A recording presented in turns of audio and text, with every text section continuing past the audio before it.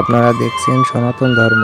সাধু কৃপা হবে, ভাগবত প্রসঙ্গের দ্বারা স্বরূপ স্মৃতি আত্মজ্ঞান জেগে উঠবে, তখন দেখবেন আসলে এই সংসারটা যা কিছু দেখছে এটা স্বপ্ন মাত্র, এটা সত্যি নয়। জেগে উঠলেন তো সাধু সঙ্গ জাগিয়ে দেয়, হরিকথা মানুষের স্বরূপ জ্ঞানকে জাগিয়ে দেয়। তো স্বরূপ স্মৃতি আত্মজ্ঞান হলে বুঝতে পারে সংসারে যা দেখছি শুনছি এটা স্বপ্ন ছাড়া আর কিছু নয়। সংসার স্বপ্ন মানো, সংসার স্বপ্ন মানো। ঠাকুর মশাইয়ের অনুভব হলো সংসারটা স্বপ্নেরই, সংসারটা স্বপ্নে। মহাপ্রভু শ্রীমুখে এই কথা হুঁশিয়ারি করে দিয়েছেন, জিহ্বা অতি লোভময় ইতি অতি ধায়, শিষ্ণ দর পরায়ণ কৃষ্ণ নাহি পায়। কৃষ্ণ দুইজন ব্যক্তি জগতে পাবে না, যার জিহ্বার লালসা নিয়ন্ত্রণ করেনি আর যার ভেতরে পরস্ত্রীর প্রতি মাতৃভাব আসেনি, যার কামবেগ দমন হয়নি। মহাপ্রভু লিখে দিলেন এই দুই ব্যক্তি জগতে কৃষ্ণ পাবে না। এখন জগৎটা ভাসছে এর উপরে, খুব সত্যি কথা বললে জগৎটা ভাসছে এই দুটোর উপরে। কি করে ভালো খাবো আর কি করে ভোগ করব। জগৎ বন্যা হলে যেমন চারিদিকে জলময় হয়ে যায়, এই দুটি ইন্দ্রিয়ের প্রবলই জগৎ ভেসে যাচ্ছে এখন। এটা অতি সত্য, এটা অতি সত্য। এই জন্য জিহ্বার নিয়ন্ত্রণ হয়নি, যার দৃষ্টি শুদ্ধ হয়নি, কামনার বেগ দমন হয়নি, কৃষ্ণ পাওয়া তো দূরের কথা, তার জীবন গঠনই বৃথা, তার মনুষ্য জন্ম প্রাপ্তি বৃথা। ব্যথা কেন, এত যন্ত্রণা কেন? শ্রী গুরু পেয়েছি, হরিনাম পেয়েছি, বিগ্রহ পেয়েছি, সাধু সঙ্গ পেয়েছি, ব্রজধাম দর্শন হয়েছে, সব হয়েছে, মনের ব্যথা যাচ্ছে না কেন? কারণ মনঃশুদ্ধি হয়নি, ওখানে প্রেম ভক্তির আবেশ আসেনি। তো ব্যথা কি করে দূরে যাবে? এই জন্য সংযত হতে হবে। চারটে বাধা, চারটে বাধা আমরা শুনছি, কিন্তু অনুভূতিতে যেন আছে আমাদের, আমাদের অলসতা, এটাই প্রথম বাধা। দ্বিতীয় হলো আমাদের জ্ঞান বিদ্যা সব আছে, কিন্তু সব কাজে লাগালাম না, নিজের উদ্ধারের কাজে না লাগিয়ে ভোগ বিলাস কপটতার কাজে লাগালাম। আর তৃতীয় হলো ইন্দ্রগুলো সংযত হলো না। মনুষ্য জীবনটা তো ভোগের নয় গো, এটা ত্যাগের, এটা সংযমের, এটা সত্যের, এটা ব্রহ্মচর্যের, এটা মুক্তির, এটা অত্যান্তিক কল্যাণের এই জন্ম। এই জন্ম অত্যন্ত সুকঠিন, পেয়েছি কিন্তু হারানো উচিত নয়। আর এই কর্মফল যে আমরা সঞ্চয় করছি, এই যে ভগবত বিরুদ্ধ শাস্ত্র বিরুদ্ধ অজ্ঞানতায় মোহগ্রস্ত হয়ে যে কর্ম করছি, এই কর্ম কিন্তু ছেড়ে দেবে না, কাউকে ছেড়ে দেবে না। আগামী জন্মে স্বামী হারা হব, অল্প বয়সে পুত্র মারা যাবে, নিজের ভাই মারা যাবে, অনাথ হয়ে যাব, অভাব দুর্ভিক্ষে পড়ব। কেন জানেন? এগুলির জন্য ঈশ্বর একদমই দায়ী না, আমার পূর্ব জন্মের কর্মফলই এর জন্য দায়ী। কিন্তু কি হত বুদ্ধি আমাদের, আমার আপন কর্মদোষে সন্তান হারা হচ্ছি, সন্তান বিয়োগ হচ্ছে, বিধবা হচ্ছি, ভাই হারা হচ্ছি, অনাথ হচ্ছি, রোগগ্রস্ত হচ্ছি, কিন্তু তখন দোষ দেই ভগবানের। উদ্ধারের চেষ্টা করলাম না, সৎকর্ম করলাম না, ভজন করলাম না, কিন্তু যখন প্রতিক্রিয়াগুলো আসছে কর্মফলের, তখন বলছি ভগবান তুমি সন্তান কেড়ে নিলে, তুমি স্বামী কেড়ে নিলে, তুমি চোখে দেখো না। নিজের কর্মের দোষটা চাপাচ্ছি ভগবানের উপর। কতটা দুর্বুদ্ধি আমাদের! আরে ভগবানের জন্য দায়ী না, তোমার কর্মফলই দায়ী। এই জন্য কর্মটা অন্তত সুখ করতে হয়। কর্ম ভালো না হলে সৎ পথে স্বীকৃতির পথে আসবে না। আর কিছু যদি ইতিপূর্বে হয়ে থাকে এই পর্যন্ত, থামো, এবার প্রতিজ্ঞা করো, এবার অনন্য ভক্তির পথে এসো। গোবিন্দ তোমার অনন্ত জন্মের পাপের দিকে দেখবেন না, তোমার বর্তমান ভজন থেকে তোমাকে কৃপা করবেন। ভগবত ভক্তির বিরুদ্ধে যা যা আচরণ, তাই হলো উপদ্রব। ভগবত ভক্তির বিরুদ্ধে যা যা বিরুদ্ধ আচরণ, তাকে বলে উপদ্রব। সেটাই তো করছি আমরা, সেটাই শুরু করে দিয়েছি। এই জন্য ভগবত ভক্তি যা রূপ বিঘ্ন হয়, অন্তরায় হয়, এমন উপদ্রব করা উচিত নয়। এই জন্য জীবনটাকে একটা নিয়ন্ত্রণের মধ্যে আনতে হবে। উপদ্রব তো করেই চলেছে আমরা। হ্যাঁ, আমি বক্তা, আমি পাঠক, আমি কীর্তনিয়া, আমি এই যজ্ঞের উদ্যোক্তা, আমি এই কমিটির সভাপতি, এই করেই তো গেল। অহং, অভিমান আর উপদ্রব করেই গেল। সব থেকে বড় উপদ্রব কি জানেন? সাধু মুখে হরিকথা শ্রবণ দীর্ঘদিন করেও সেটা নিজের চরিত্রে প্রতিফলন না ঘটানো, এটাই হলো সব থেকে বড় উপদ্রব। এই চিনিটা দেন না, পঞ্চামৃতে তো চিনি দিতে হয়, দধি দুগ্ধ ঘৃত মধু শর্করা, চিনিটা একটু বেটে নিয়ে ফিনিশ করবেন। গোবিন্দের অঙ্গটা না মনে করতে হয় খুব কোমল, ফুলের থেকেও কোমল। এই ফুলের থেকে কোমল অঙ্গ চিনির শক্ত দানাটা যেন না লাগে, চিনিটা বেটে মিহি, এই অনুভূতিই তো দণ্ডবত প্রণতি। জয় রাধে, জয় গৌর সুন্দর, জয় রাধা মাধব। নহি জ্ঞানেন সবিষং পবিত্র মিহ বিদ্যতে।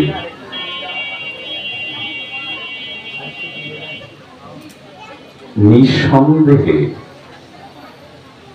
জ্ঞানের ন্যায়, নিঃসন্দেহে জ্ঞানের ন্যায় এই সংসারে পবিত্র কিছু নাই।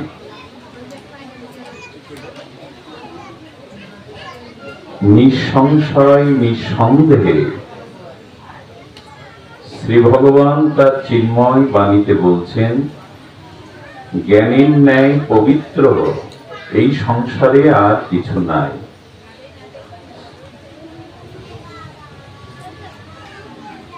তো সেই জ্ঞান যেটা অপরোক্ষ অনুভূতি,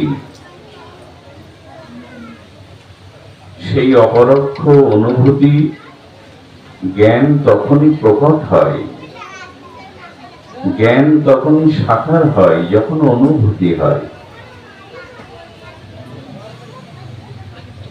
অনুভব বা অনুভূতিলব্ধ জ্ঞানই প্রকৃত জ্ঞান। মৌখিক বা বাচিক জ্ঞান এটি মানুষকে পবিত্র করতে পারে না।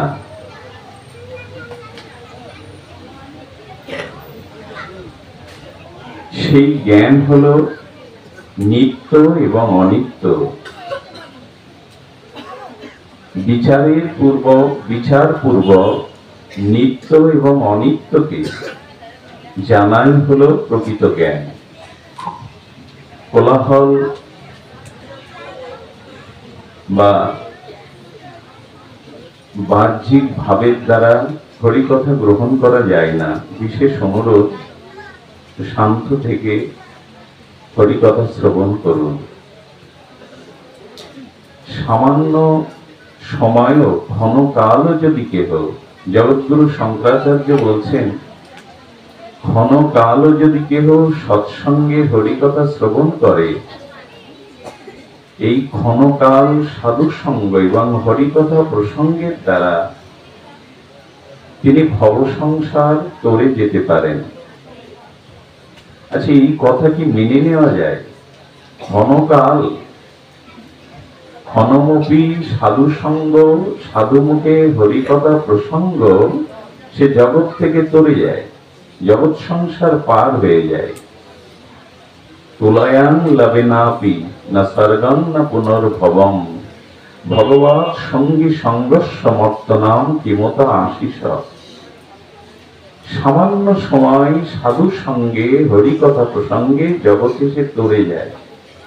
এই কথাটির অনুভব ঠিক আমার হয় না। এই জন্য যতক্ষণ সাধু সঙ্গে হরিকথা প্রসঙ্গে অবস্থান করি, তখন কিন্তু মনের গতি ভাগবত অভিমুখে যায়।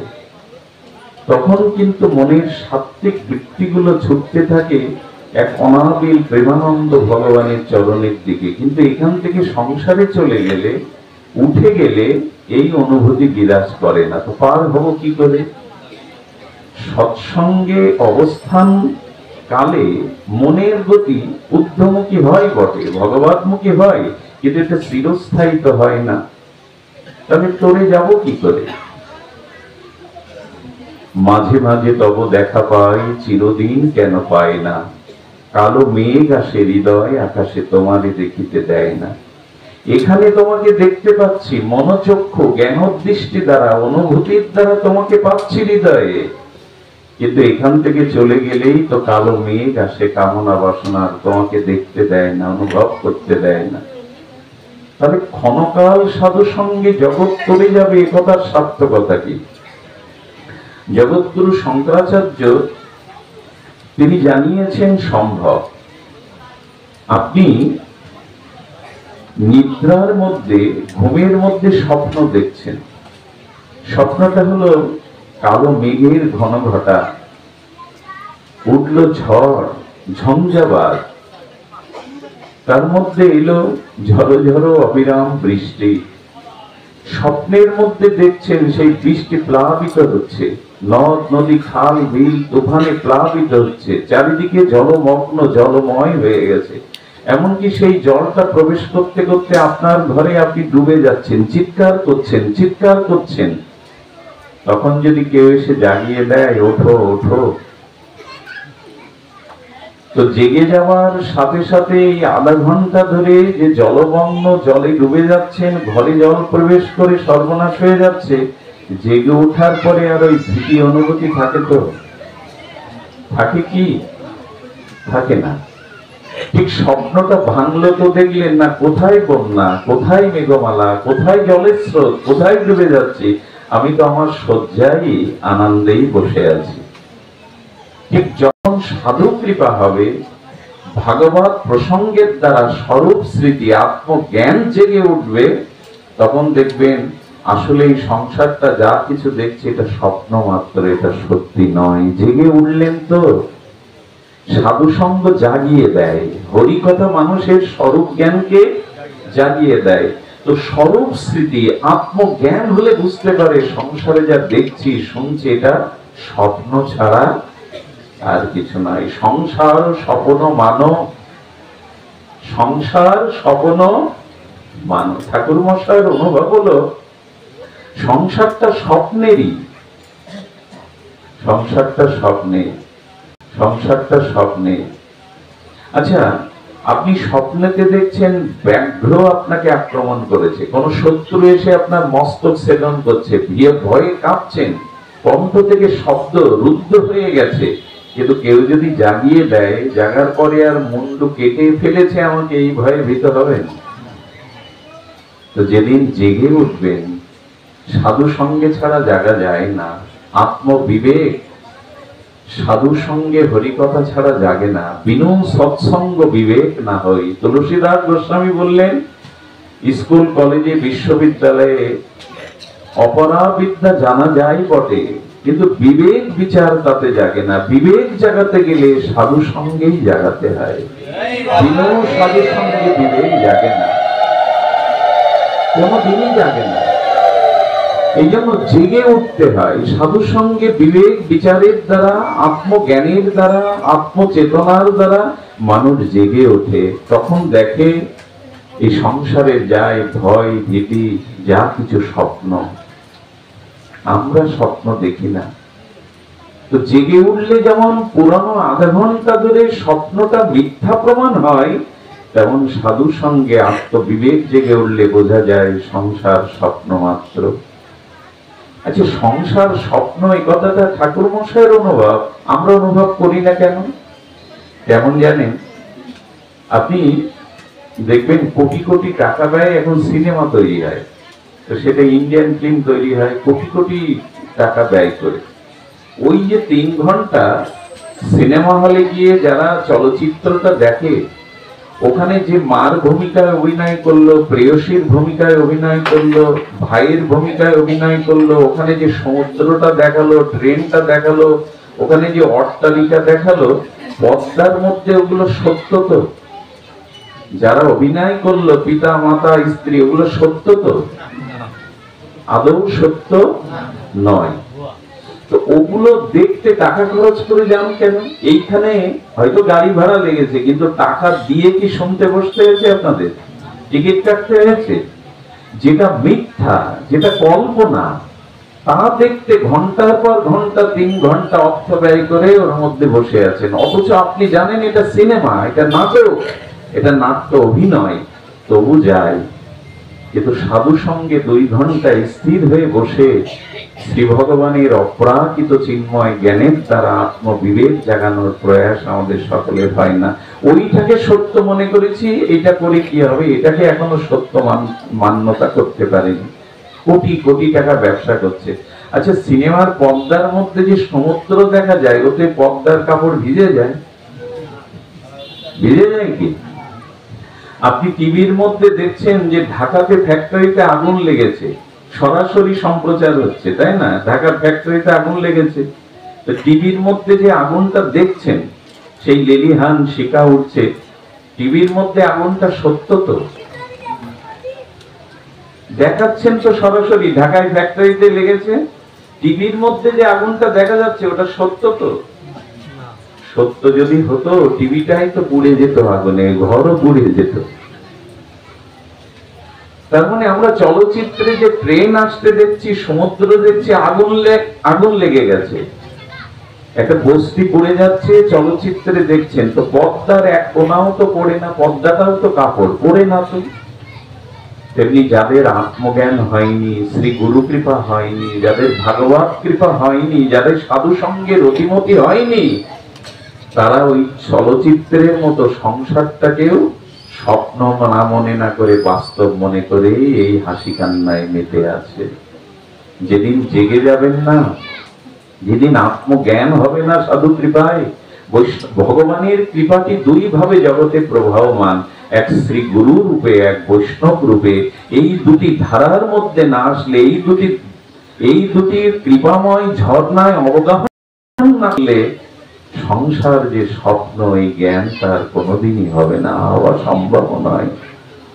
এই জন্য জেগে ওঠার সময়, ক্ষণকাল সাধু সঙ্গ সংসার তারিতে সক্ষম।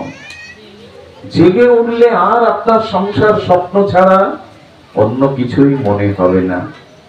এই জন্য বলছেন, নহি সদিশং পবিত্র মিহ বিদ্যতে, নহি জ্ঞানেন সদিশং।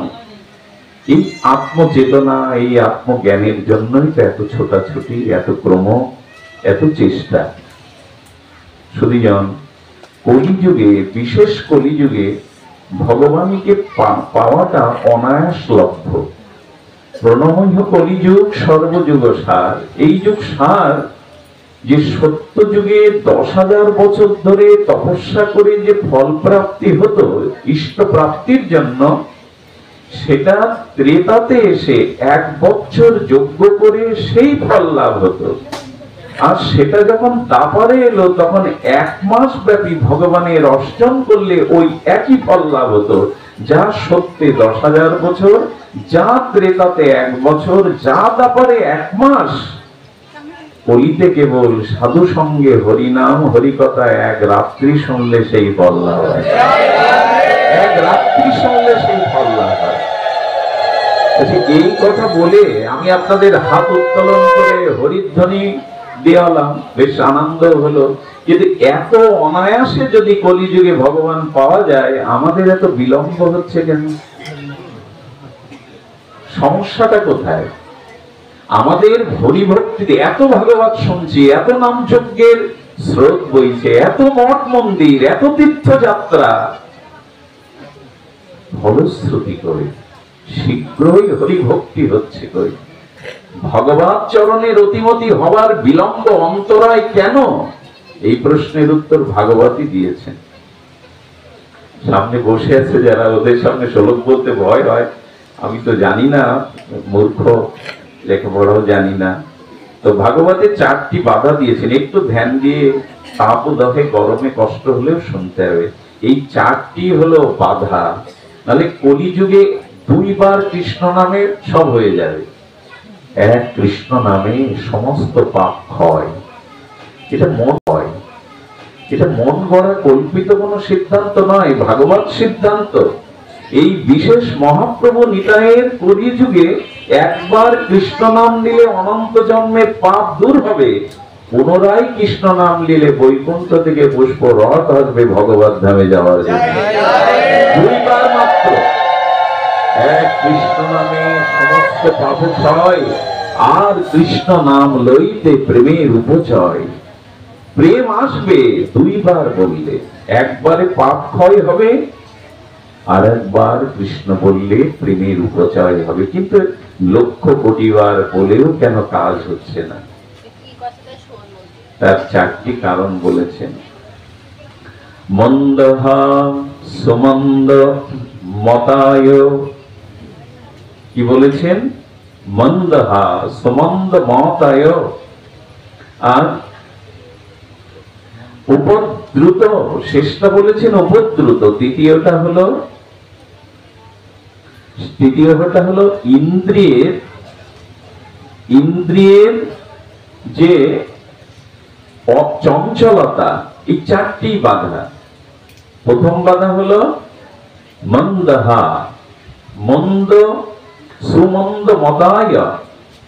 মন্দহা মানে, লক্ষ্য করুন, মন্দহ মানে আমাদের অলসতা। এই সহজতর অতি অনায়াসে ভগবত প্রাপ্তির সব থেকে বড় বাধা হলো কলিযুগের মানুষ অলস। কলিযুগের মানুষ অলস। সমস্ত সাধনের ভগবত প্রাপ্তির অন্তরায় হলো এই অলসতা। বহুবার বলি, তুষ দিয়ে হাড়ির তলা গরম সহজে হয় না। হাড়ির তলা গরম হবে, ওটা ভেদ করে জল গরম হবে, চালগুলো ফুটবে, তারপরে অন্য করে বাবুদের খেতে দেবেন। ও আর বেলা 11টা পর্যন্ত হবে না। দাও দাও করে জ্বালাও, দাও দাও করে জ্বালাও, নাহলে চাল সিদ্ধ হয়ে অন্ন হবে না। অলসতা যার মধ্যে আছে তার অন্তত কৃষ্ণ ভজন সম্ভব নয়, ভগবত ভজন সম্ভব নয়। অলসতা ভজনে, ভোজনে কিন্তু অলসতা নেই। আমাদের ভোজনে অলসতা নেই।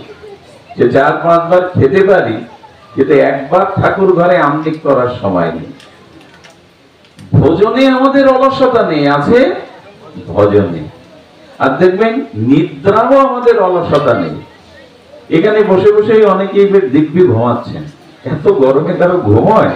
কিন্তু দিব্য ঘুমাচ্ছেন। মন্দিরে ঠাকুর দেখতে দেখতে অনেকে জীবনায়। তো নিদ্রাতে, আহারে আমাদের অলসতা নাই, অলসতা আছে শুধু ভজনে। মালা নিয়ে বসলেই ঘুম, মালা নিয়ে বসলেই 1 ফের 2 ফের আর ঘুম। কে তাকে আটকায়? একটু হরিকথা শুনতে এসছি তো ঘুম। এই জন্য ভোজনের কথা বলতে হয় না, নিদ্রার কথা বলতে হয় না। এটা জীবনে স্বাভাবিক ভাবে হয়ে চলেছে, অথচ ভজন হয় না। এটাই অলসতা। এই জন্য অলসতা পরিত্যাগ না করলে ভগবত ভজন কারো পক্ষে সম্ভব নয়। আমরা অনেকেই এরকম বলে থাকি, কালকে মালা করতে পারিনি, আজকে মালা করে নেব। অথচ সেই ব্যক্তি 3 বেলা কাল ভোজন করেছে, 1 বেলা তার ভজনের অবসর হয়নি। এই জন্য প্রথম বাধাটা হলো কলিযুগের মানুষের অলসতা। অলসতা এমন পর্যায়ে পৌঁছেছে যে ভোগ বৃত্তি প্রবৃত্তিতে আমাদের অলসতা মোটেও নাই। হরিকথাতেই আমাদের অলসতা, ভজনেই আমাদের অলসতা। এই অলসতাই প্রথম বাধা। আর সুমন্দ মতায়, সুমন্দ মতায় মানে সুমন্দ মতি। আমাদের মতি মানে বুদ্ধি। আমাদের বুদ্ধিটা আছে। সুমন্দ বলা হলো কেন? দেখুন, মন্দ বুদ্ধি কাদের বলে? লক্ষ্য করেছেন, কিছু কিছু সন্তান জন্মাবার পরে তাদের বুদ্ধি প্রকাশ হয় না, লালা ঝরে, চেহারাটা ওরকম অল্প বুদ্ধি মতো, মায়ের আঁচল ধরেই থাকে, কথা বলে একটু আদুরে ভাবে। এদেরকে বলে মন্দমতি। বড় হয়েছে তবু তার জ্ঞানের বিকাশ হয়নি, তার স্মৃতিশক্তি খুব প্রকট না, একটু হাবাগোবা টাইপের। এদেরকে বলে মন্দ মতি। কিন্তু এখানে ভাগবত বলছে সুমন্দমতি। কথাটি ধ্যান দিতে হবে। সুমন্দি মাতায়া, সুমন্দ, সুমন্দ মানে সুমন্দ মানে কি জানেন? এদের বুদ্ধি বিকাশ অন্তরায় না, এদের যথেষ্ট বুদ্ধি আছে, এরা লেখাপড়া জানে, একেবারে বৃহস্পতিকেও হার মানাবে আমাদের যা বুদ্ধি এখন। যদি তাকে গীতার একটা শ্লোক বোঝাতে যান, বলে এগুলো অনেক আগেই চলে এসেছি ফেলে, সব জানা আমার, গীতা ভাগবত সব আমার জানা, তুমি যা বলতে চাইছো। জ্ঞানে বৃহস্পতি, কেউ কিছু উপদেশ দিতে গেলেই বলে আরে এসব কথা তো জানা আমার, অনেক আগেই গীতা ভাগবত শেষ করেছে, আমি কতবার শেষ করেছি। জ্ঞানে যেন বৃহস্পতি সাজে, অনেক লেখাপড়া জানে, অনেক চতুর। কলিযুগের কোন মানুষ বুদ্ধিহীন ঠিক নাই, সব চালাক, সব চতুর। ছোট বাচ্চা থেকে শুরু করে সবাই চতুর, সবাই চালাক। আর অতি চালাকির যা হয় তাই এই যুগে হচ্ছে, সরলতা নেই, সবাই চালাক। কেউ কাউকে উপদেশ দিতে গেলে উপদেশ নিতেও চায় না, সে নিজের সাজে আমি বৃহস্পতির থেকে বেশি জানি।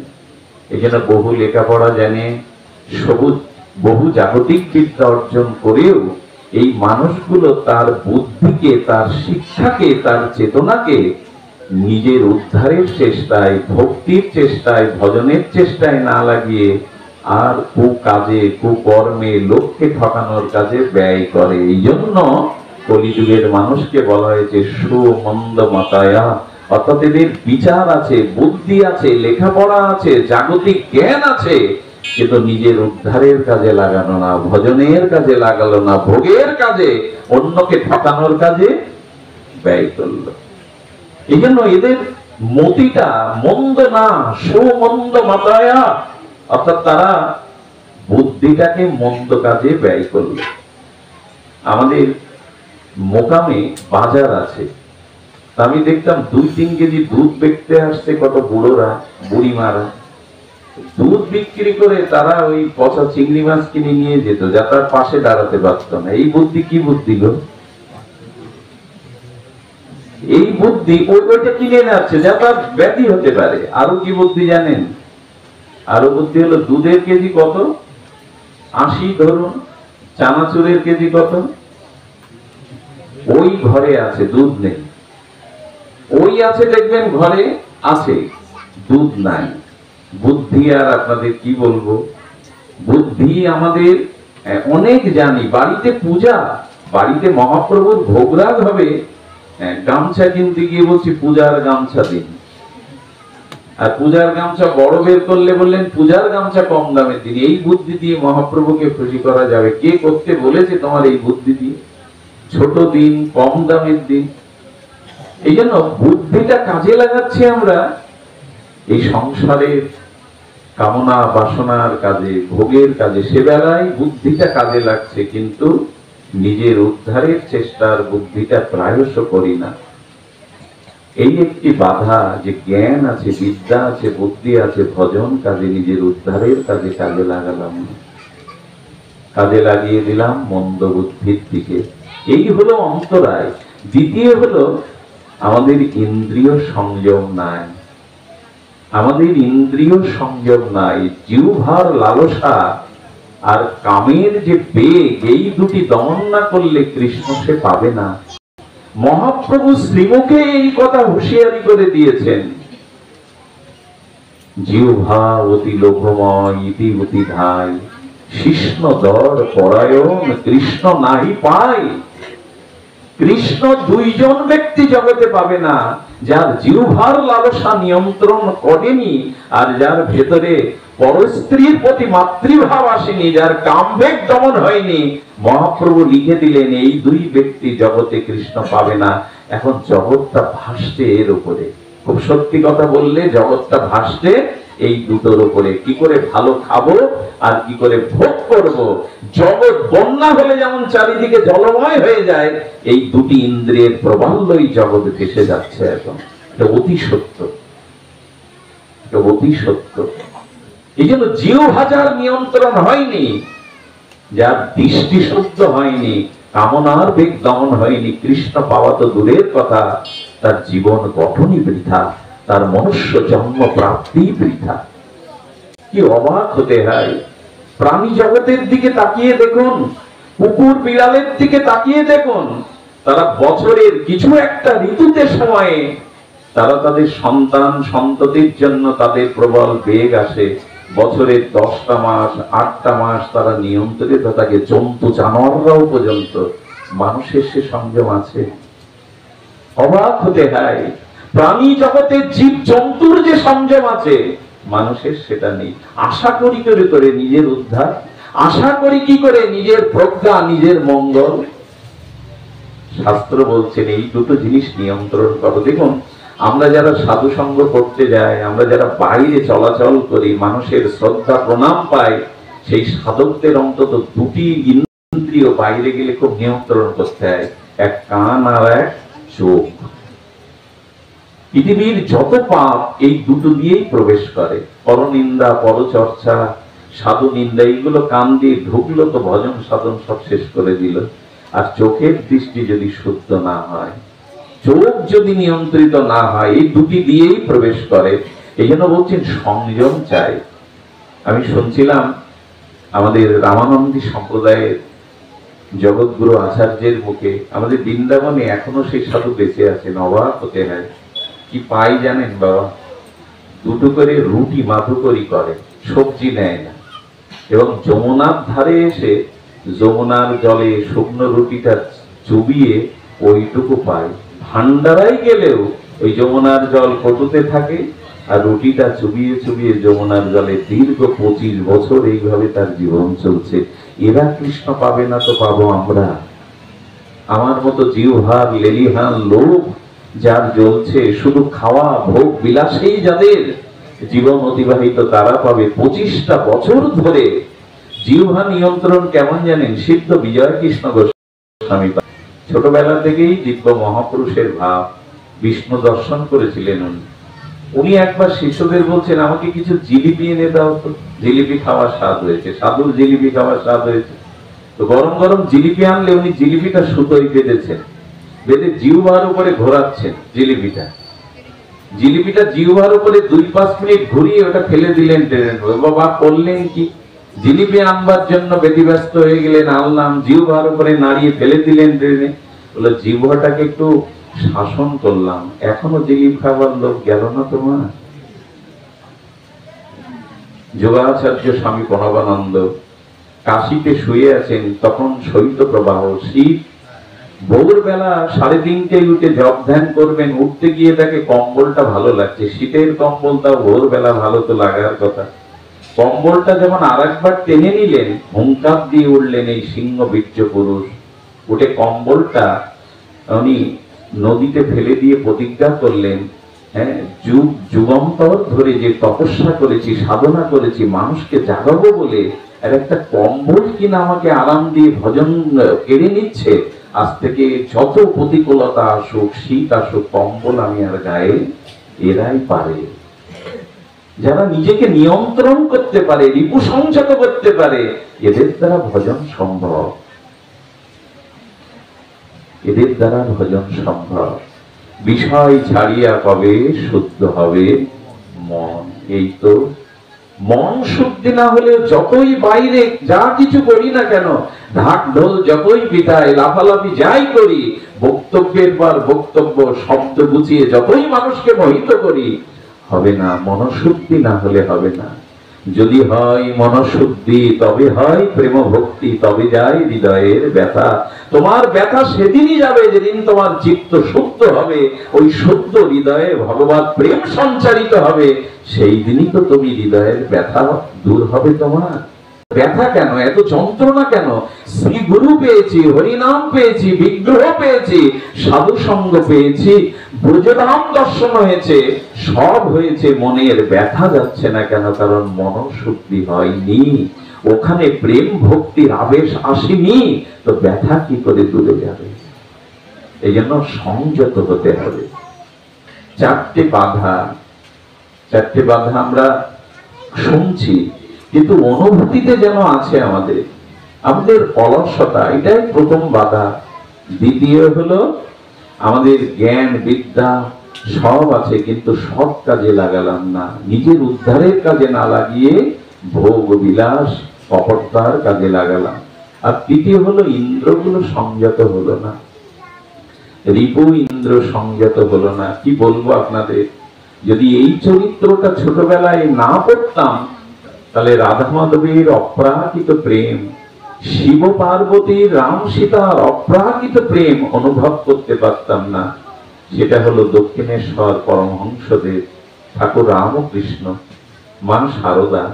কি বলবো আপনাদের, দক্ষিণেশ্বরের এক ঘরে বহু বছর ঠাকুর আর মা ছিলেন, মা শারদা, পরমহংস কুলতিলক ঠাকুর রামকৃষ্ণ। একদিন পূর্ণিমার রাত, চারিদিকে ফাগুনের বাতাস বইছে, একটা অপ্রাকৃত, তখন তো প্রাকৃতিক এত বিপর্যয় ঘটেনি, প্রকৃতি শান্ত সমাহিত, প্রকৃতির স্বরূপে বিদ্যমান। সেই পূর্ণিমার ফাল্গুনী আর পূর্ণিমার কিরণ জ্যোৎস্না প্লাবিত হচ্ছে, মৃদুমন্দ দক্ষিণা পবন বইছে, মহানগরীর বুক ছিঁড়ে কলকাতার ভাগীরথী গঙ্গার শীতল পবিত্র হাওয়া আসছে। ঠাকুর জানলা খুলে দিলেন, জানলার ভেদ করে চন্দ্রের চন্দ্রিমাটা সেই পূর্ণ যৌবনাবতী মা শারদার মুখে এসে পড়েছে, যেন এক চাঁদ আর এক চাঁদের মুখে এসে শোভা দিচ্ছে। ঠাকুর রামকৃষ্ণদেব ওই ছোট্ট খাটিয়ায় বসে বসে নিজেকে বলছেন, খুব ধ্যান দিয়ে শোনো, মনে মনে বলছেন, কিরে ভাবের ঘরে চুরি নেই তো, তোর ভাবের ঘরে চুরি নেই তো? ওই দেখ, ওই দেখ রমণী শরীর, নারী শরীর, ওই শরীরের জন্য এই রমণীর মোহে যুগ যুগান্তর জন্ম মৃত্যু চক্রে অভিশাপে ঘুরে বেড়াচ্ছে। তোর ভেতরটা এই কাম কামিনীর জন্য লালায়িত নয় না? ভাবের ঘরে তোর চুরি নেই তো? নিজেকে পরীক্ষা করছে। নিজেকে পরীক্ষা করতে করতে ঠাকুর কি করলেন জানেন? ঠাকুর খাট থেকে উঠলেন, মা শারদার পূর্ণ যৌবনাবতী চন্দ্র কিরণে উদ্ভাসিত সেই দেবী মূর্তির মুখের দিকে এগিয়ে গেলেন।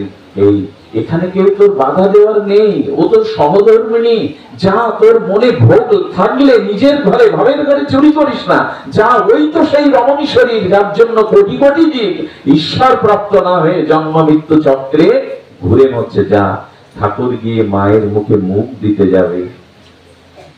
কি বলবো আপনাদের, কিছুটা দূরে যেই মায়ের মুখে মুখ দিতে যাবেন, সঙ্গে সঙ্গে ঠাকুর সমাধিস্থ হয়ে পড়ে গেলেন। যখন মূর্ছিত হয়ে গেলেন, মা উঠে দেখছেন ঠাকুর পড়ে রয়েছেন, মুখ দিয়ে গেঁজা বেরোচ্ছে এবং একটা শব্দ শুধু উচ্চারণ হচ্ছে, মা মা মা। একটা শব্দ ঠাকুরের মুখ দিয়ে সারা রাত বেরোলে চেতনা ফেরেনি। ভোরবেলা বাতাস করতে করতে জল দিতে দিতে বলছে, কি হয়েছিল ঠাকুর তোমার? শারদাকে বললেন, শারদে কি হয়েছিল আজ নিশিতে বলবো। তুমি আজকে লাল পেড়ে সাদা করে শাড়ি পরে আর সিঁথিতে রক্তিম সিঁদুর অঙ্কিত করে পায়ে আলতা দিয়ে অলকা তিলকা ভালে তুমি আসবে তো আমার ঘরে। এদিকে ঠাকুর আলপনা আঁকলেন, একটা বড় বেদি তৈরি করলেন। মধুর বাবুকে বললেন, মধুর একটু ষোড়শ উপচার এনে দিতে পারিস? কেন ঠাকুর? বললো, মায়ের পূজা আজ আমি নিজে করব। বাজার থেকে মধুর বাবু ষোড়শ পূজার উপচার আনলেন। শারদা দেবী রাতের প্রথম প্রহরে প্রবেশ করলেন, তাকে বেদিতে বসিয়ে, আলপনার উপরে বেদিতে বসিয়ে ঠাকুর পূজা শুরু করলেন। নিজের বিবাহিত রমণীকে বিশ্ব মাতৃত্ব জ্ঞানে, জগৎ জননী জ্ঞানে সারা রাত পূজা করলেন। তার চরণে মাতৃজ্ঞানে পুষ্পাঞ্জলি দিলেন এবং ভোরের আলো ফোটার আগে ঠাকুর সাষ্টাঙ্গে চরণে পড়ে বললেন, হে মা তো, হে দেবী, হে দেবী শক্তি সঞ্চার করো। আজ থেকে তুমি বিশ্ব জগৎ জননী রূপে প্রতিষ্ঠিত হলে। পৃথিবীর ইতিহাসে কোন ধর্মগ্রন্থে এ জাতীয় ইতিহাস নেই যে নিজের স্ত্রীকে জগৎ জননী মাতৃজ্ঞানে সারা রাত পূজা করে তাকে অধিষ্ঠান করতে পারে। এই কথা জানার পরে মনে হয়েছিল, আর যদি রামকৃষ্ণ সারদা দেবীর এই চরিত্র না জানতাম, তবে শিব পার্বতী, রাম সীতা, আমাদের রাধা রানী, রাধা কৃষ্ণের অপ্রাকৃত দিব্য প্রেমকে আমরা বুঝতে পারতাম না। এখনো সম্ভব। এটা বেশি দিন আগের কথা নয়, 200 বছর পৃথিবীর ইতিহাসে এমন কোনো বেশি দিন নয়। সম্ভব, সম্ভব। শাস্ত্রে কি বলেছিল জানেন? বিবাহের পরে 15-20 বছর পরে যখন ছেলে মেয়ে বড় হয়ে যায়, তখন স্ত্রীকে ভোগের দৃষ্টিতে দেখতে নেই, সাধিকার দৃষ্টিতে দেখলে তবে বাকি জীবনটা সাধনে কাটানো যায়। এসব কথাগুলো এখন বলবার ঠিক পরিবেশ নাই। আমরা বড় অসংযত, আমাদের ইন্দ্রিয় সংযত নয়। এই জন্য মহাপ্রভু বলছেন এই দুইজন ব্যক্তি কৃষ্ণ পাবেই না। আর কত বলতে পারে, কত জন্ম ভোগ করেছি বলুন তো। শুকর পুকুরে কেউ তো বাধা দেয়নি, ভোগে বাঘ সিংহ হিংস্র জীব জন্তু ভোগ করেছি। মনুষ্য জীবনটা তো ভোগের নয় গো, এটা ত্যাগের, এটা সংযমের, এটা সত্যের, এটা ব্রহ্মচর্যের, এটা মুক্তির, এটা অত্যান্তিক কল্যাণের এই জন্ম। এই জন্ম অত্যন্ত সুকঠিন পেয়েছি, কিন্তু হারানো উচিত নয়। আর এই কর্মফল যে আমরা সঞ্চয় করছি, এই যে ভগবত বিরুদ্ধ, শাস্ত্র বিরুদ্ধ অজ্ঞানতায় মোহগ্রস্ত হয়ে যে কর্ম করছি, এই কর্ম কিন্তু ছেড়ে দেবে না, কাউকে ছেড়ে দেবে না। আগামী জন্মে স্বামী হারা হব, অল্প বয়সে পুত্র মারা যাবে, নিজের ভাই মারা যাবে, অনাথ হয়ে যাব, অভাব দুর্ভিক্ষে পড়ব। কেন জানেন? এগুলির জন্য ঈশ্বর একদমই দায়ী না, আমার পূর্ব জন্মের কর্মফলই এর জন্য দায়ী। কিন্তু কি হতবুদ্ধি আমাদের! আমার আপন কর্মদোষে সন্তান হারা হচ্ছি, সন্তান বিয়োগ হচ্ছে, বিধবা হচ্ছি, ভাই হারা হচ্ছি, অনাথ হচ্ছি, রোগগ্রস্ত হচ্ছি, কিন্তু তখন দোষ দেই ভগবানের। উদ্ধারের চেষ্টা করলাম না, সৎকর্ম করলাম না, ভজন করলাম না। কিন্তু যখন প্রতিক্রিয়াগুলো আসছে কর্মফলের, তখন বলছি ভগবান তুমি সন্তান কেড়ে নিলে, তুমি স্বামী কেড়ে নিলে, তুমি চোখে দেখো না। নিজের কর্মের দোষটা চাপাচ্ছি ভগবানের উপর। কতটা দুর্বুদ্ধি আমাদের! আরে ভগবানের জন্য দায়ী না, তোমার কর্মফলই দায়ী। এই জন্য কর্মটা অন্তত করতে হয়। কর্ম ভালো না হলে সৎ পথে, স্বীকৃতির পথে আসবে না। আর কিছু যদি ইতিপূর্বে হয়ে থাকে এই পর্যন্ত, থামো, এবার প্রতিজ্ঞা করো, এবার অনন্য ভক্তির পথে এসো। গোবিন্দ তোমার অনন্ত জন্মের পাপের দিকে দেখবেন না, তোমার বর্তমান ভজন দেখে তোমাকে কৃপা করবেন। তুমি অতি দুরাচারী হলে যদি প্রতিজ্ঞা করো আর পাপ করবে না, এক্ষুনি ভগবান তোমাকে গ্রহণ করবে। যদি ভজনে অনন্য নিষ্ঠ হও, অতীতের পাপ ভগবান তোমায় দেখবে না। আমরা পাপ করি, আবার মাঝে মাঝে থেমে যাই, দুঃখ জরা ব্যাধি অপমানে কলঙ্কে আবার শুরু করে দেই, আবার শুরু করে দেই। এই জন্য বলছেন জিতেন্দ্রিয়। আর সব শেষে কি বলছেন না, এই যে জিতেন্দ্রিয়, এই যে সুমন্দ, আমাদের সুমন্দ বুদ্ধি, এবং শেষে কি বলছেন? শেষে বলছেন উপদ্রব। আমাদের জীবনটা উপদ্রব বেশি, উপদ্রবটা আমাদের জীবনে অনেক বেশি। উপদ্রব করতে করতেই তো জীবনে গেল, নিয়ন্ত্রিত হলাম না, শান্ত হলাম না। আমাদের নিয়ন্ত্রণও কই? নিয়ন্ত্রণ নাই। এই জন্য উপদ্রবটা কি জানেন? কিছু মনে করবেন না, যদি ব্যথা পান আগে থেকে ক্ষমা চেয়ে নিচ্ছি। উপদ্রবটা হলো এই, ভগবত ভক্তির বিরুদ্ধে যা যা আচরণ, তাই হলো উপদ্রব।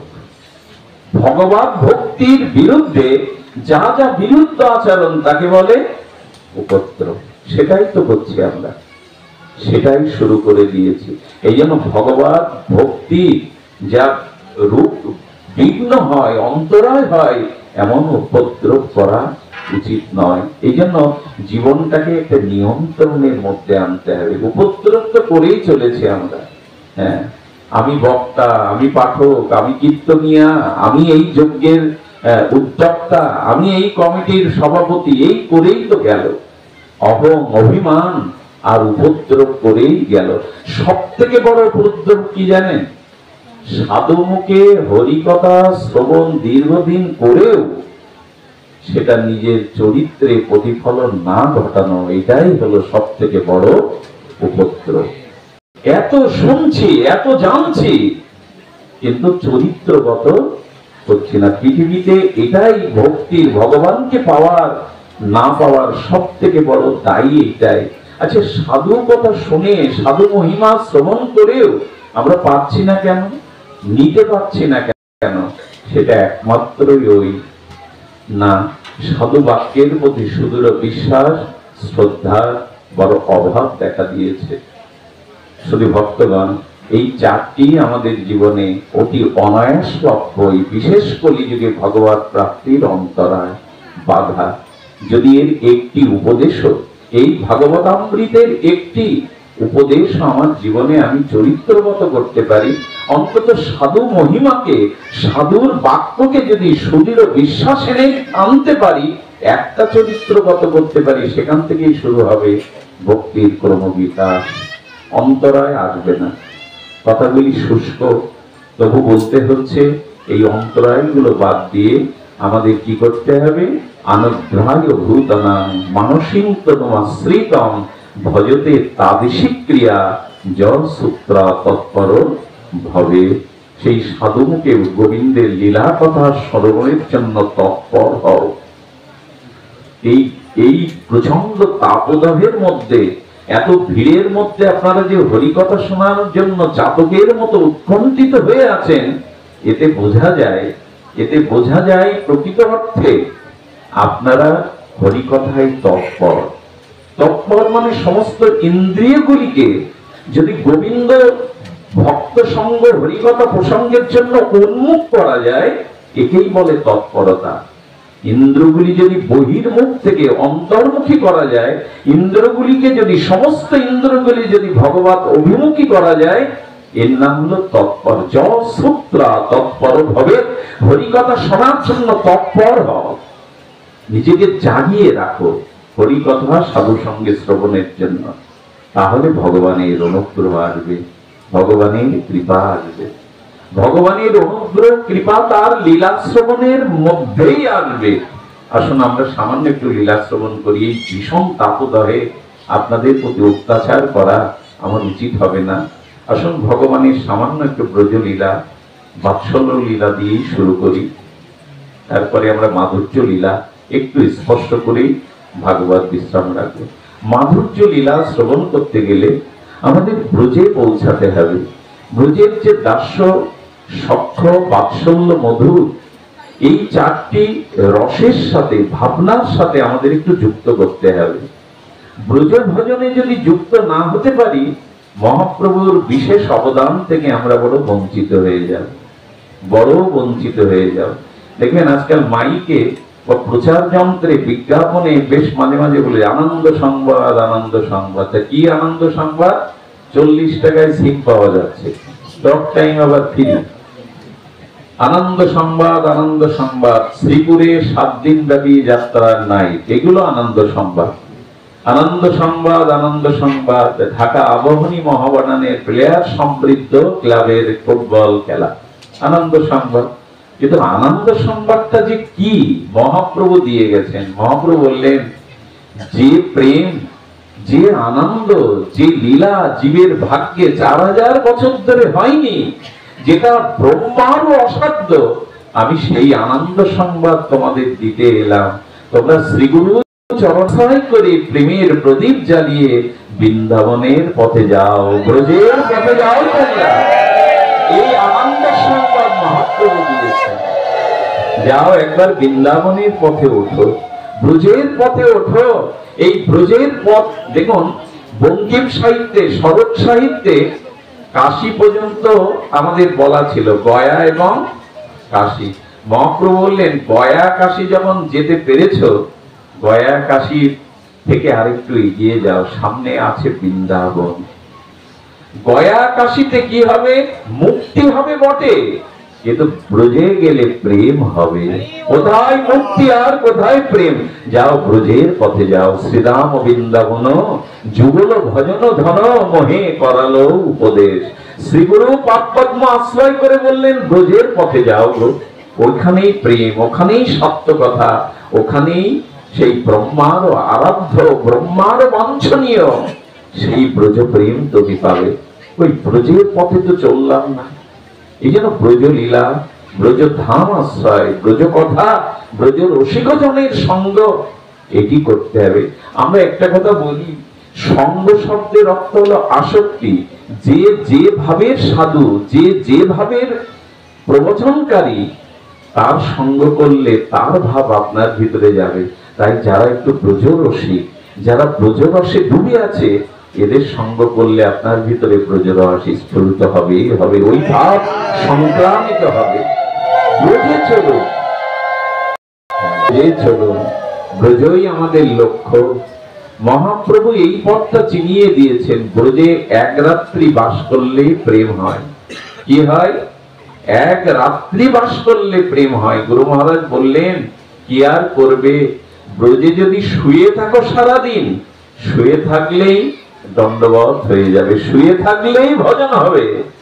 আর ব্রজে যদি একটু ধুলি মাখো, বাতাসটা মাখো, তার মধ্যে দিয়েই রাধা প্রেম, ব্রজ প্রেম তোমার ভেতরে প্রবেশ করবে। ওখানের বাতাসটা বড় অনুরাগের, ওইখানে চারিদিকের শব্দটা বড় অনুরাগের। আচ্ছা, আমরা বলি নাম যজ্ঞ, 16 নাম 32 অক্ষর কীর্তন হচ্ছে নাম যজ্ঞ। অনেকেই বলে বৃন্দাবনে নাম যজ্ঞ তো দেখি না। যেটা আপনি যদি রাধা কুণ্ডে আধা ঘন্টা দাঁড়ান, আর রাধা কুণ্ডে যদি 2000 মানুষ থাকে, তো ওই 2000 মানুষই নাম জপ করছে। 2000 মানুষ একসাথে নাম জপ করলে কতটা নাম হচ্ছে ওখানে বাতাসে?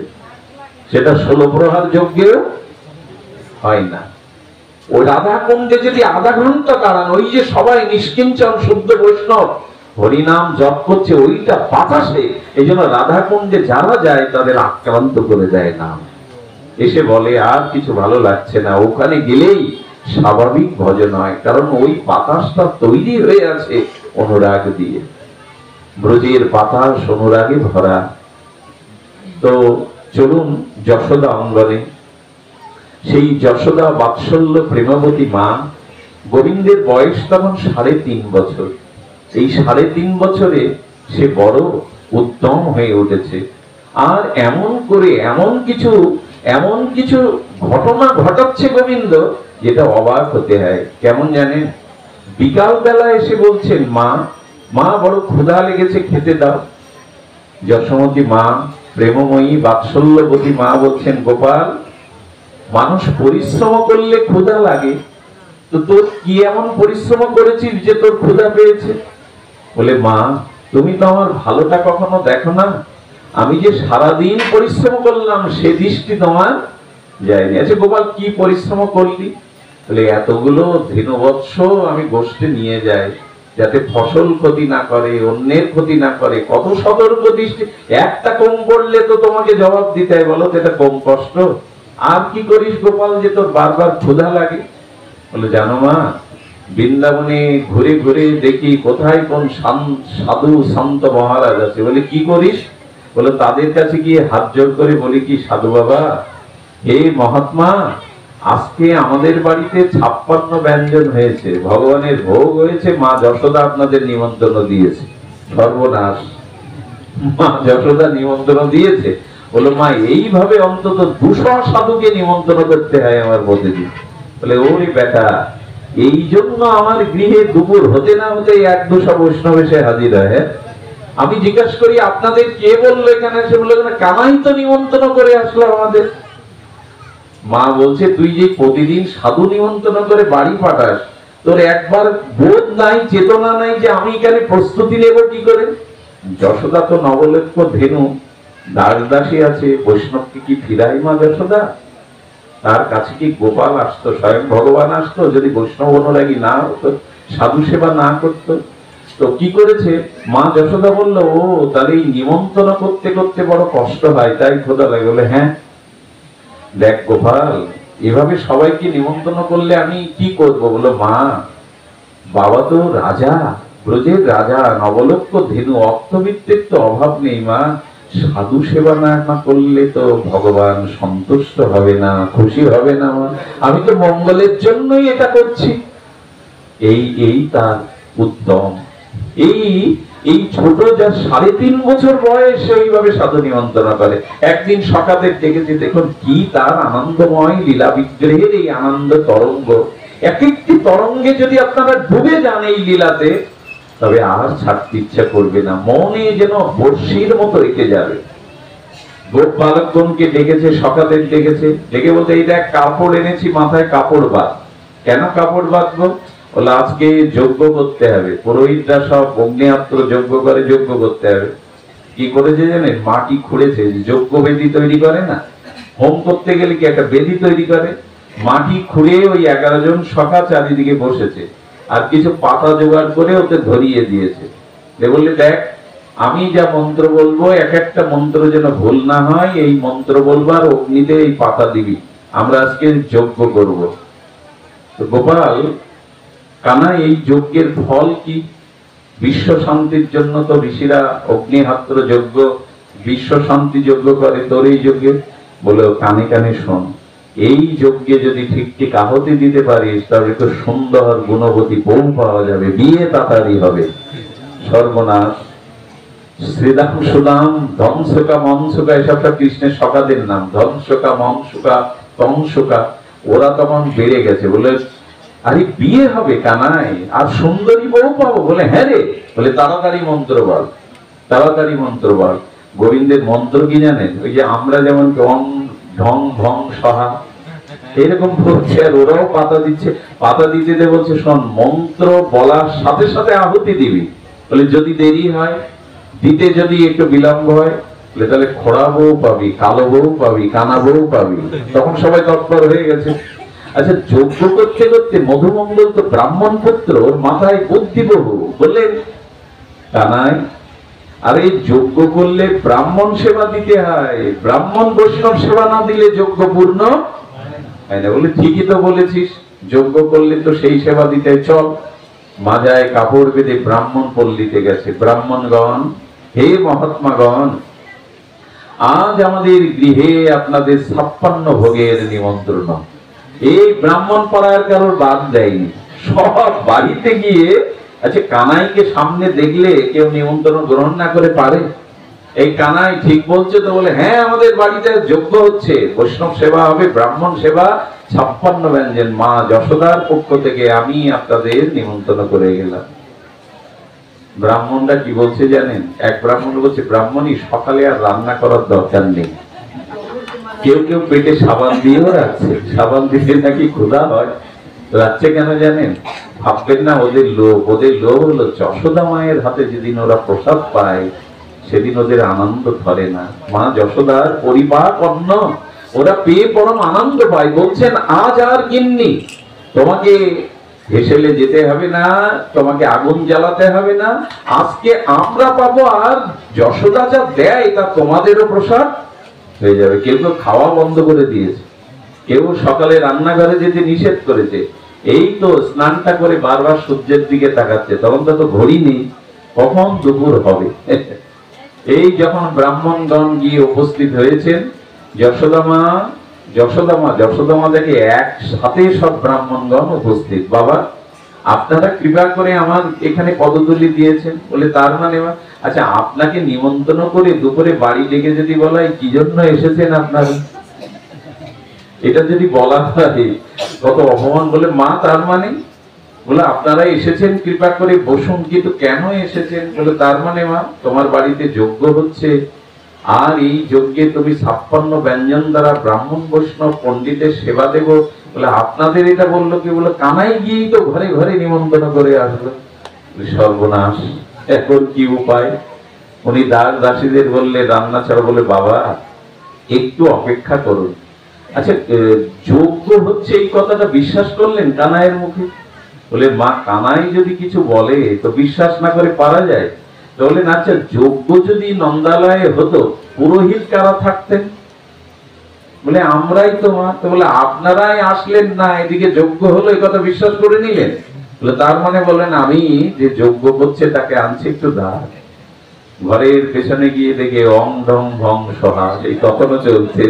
কৃষ্ণ আগুন জেলে ওই যজ্ঞে সব পাতা দিচ্ছে। কৃষ্ণের কান ধরে বলছেন, এই তুই নিমন্ত্রণ করেছিস ব্রাহ্মণদের, বাড়ি যজ্ঞ হচ্ছে বলে 56 ব্যঞ্জন। কান ধরে আর কি বলবে, ভয় ভিতরে। বলে মা, ওটা তো বলেছিলাম। বলে যজ্ঞ কোথায়? বলে এই তো যজ্ঞ। এই যজ্ঞের উদ্দেশ্য বলো। বলে তাড়াতাড়ি বিয়ে হবে, ভালো গুণবতী বউ পাওয়া যাবে।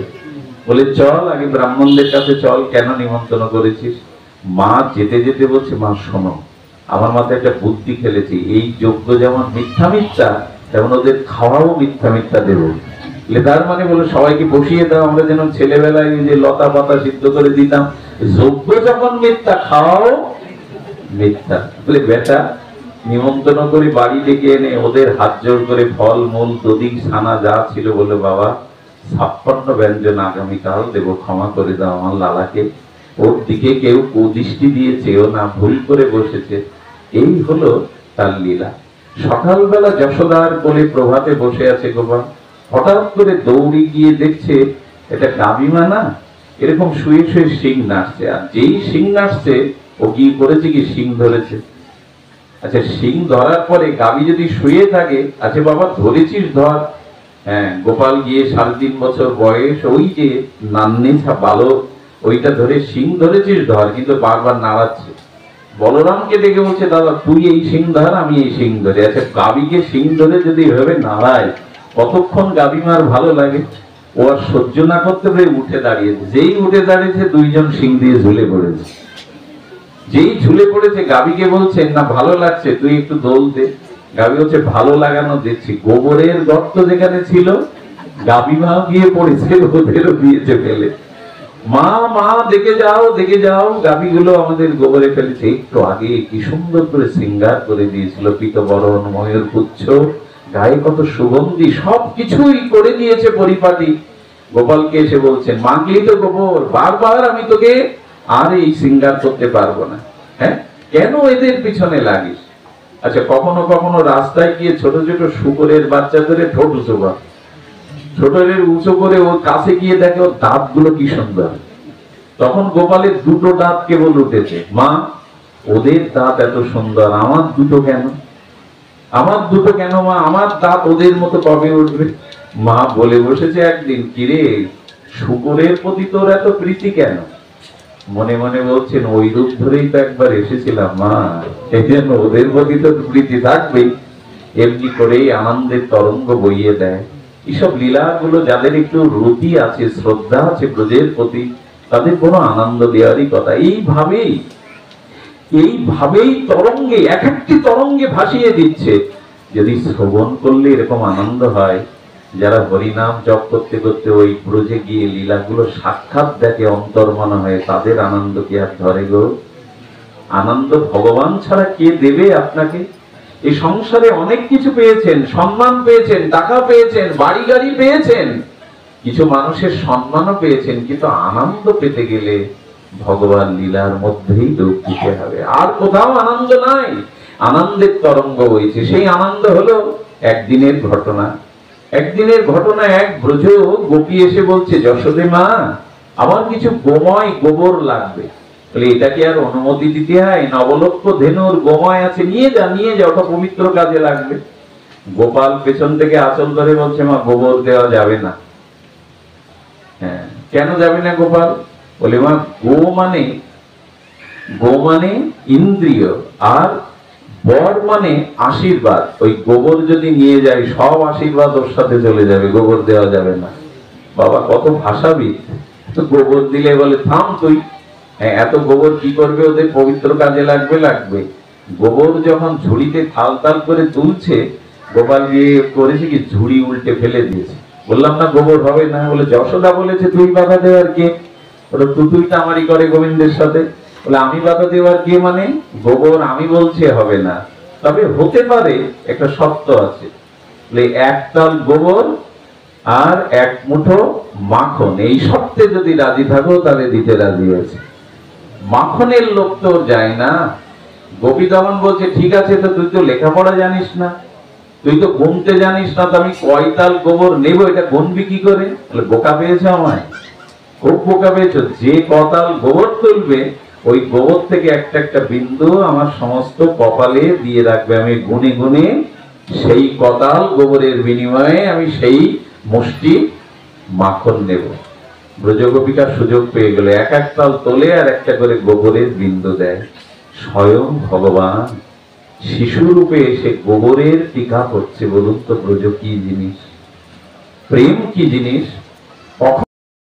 শিশুর রূপ ধরে গোপীদের সাথে কি পরমানন্দের খেলা খেলছে। এই লীলা যারা শ্রবণ করলো না, হৃদয়ে অনুভূতি যাদের আসলো না, স্মরণ এলো না, তারা আনন্দ কোথায় পাবে বলতে পারে না। আনন্দ নিকেতন ব্রজ বৃন্দাবন, আনন্দের তরঙ্গ বইছে সেখানে, প্রেমের তরঙ্গ বইছে, স্পর্শ করলো না হৃদয়।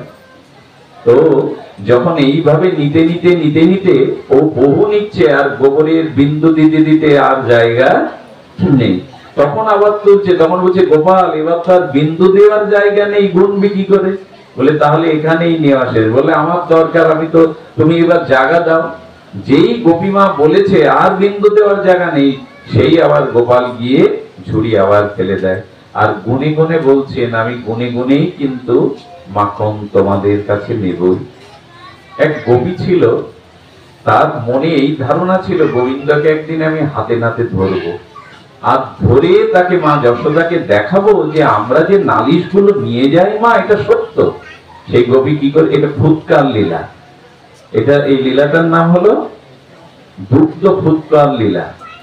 গোবিন্দ কি করেছেন, সেদিন বেছে বেছে বুদ্ধিমানদের নিয়েছেন। একটু কঠিন জায়গায়, বুদ্ধির জায়গায় চুরি করতে গেলে একটু বুদ্ধিমান সকাত দরকার, যাদের বুদ্ধি কমতে দেখে গেছে।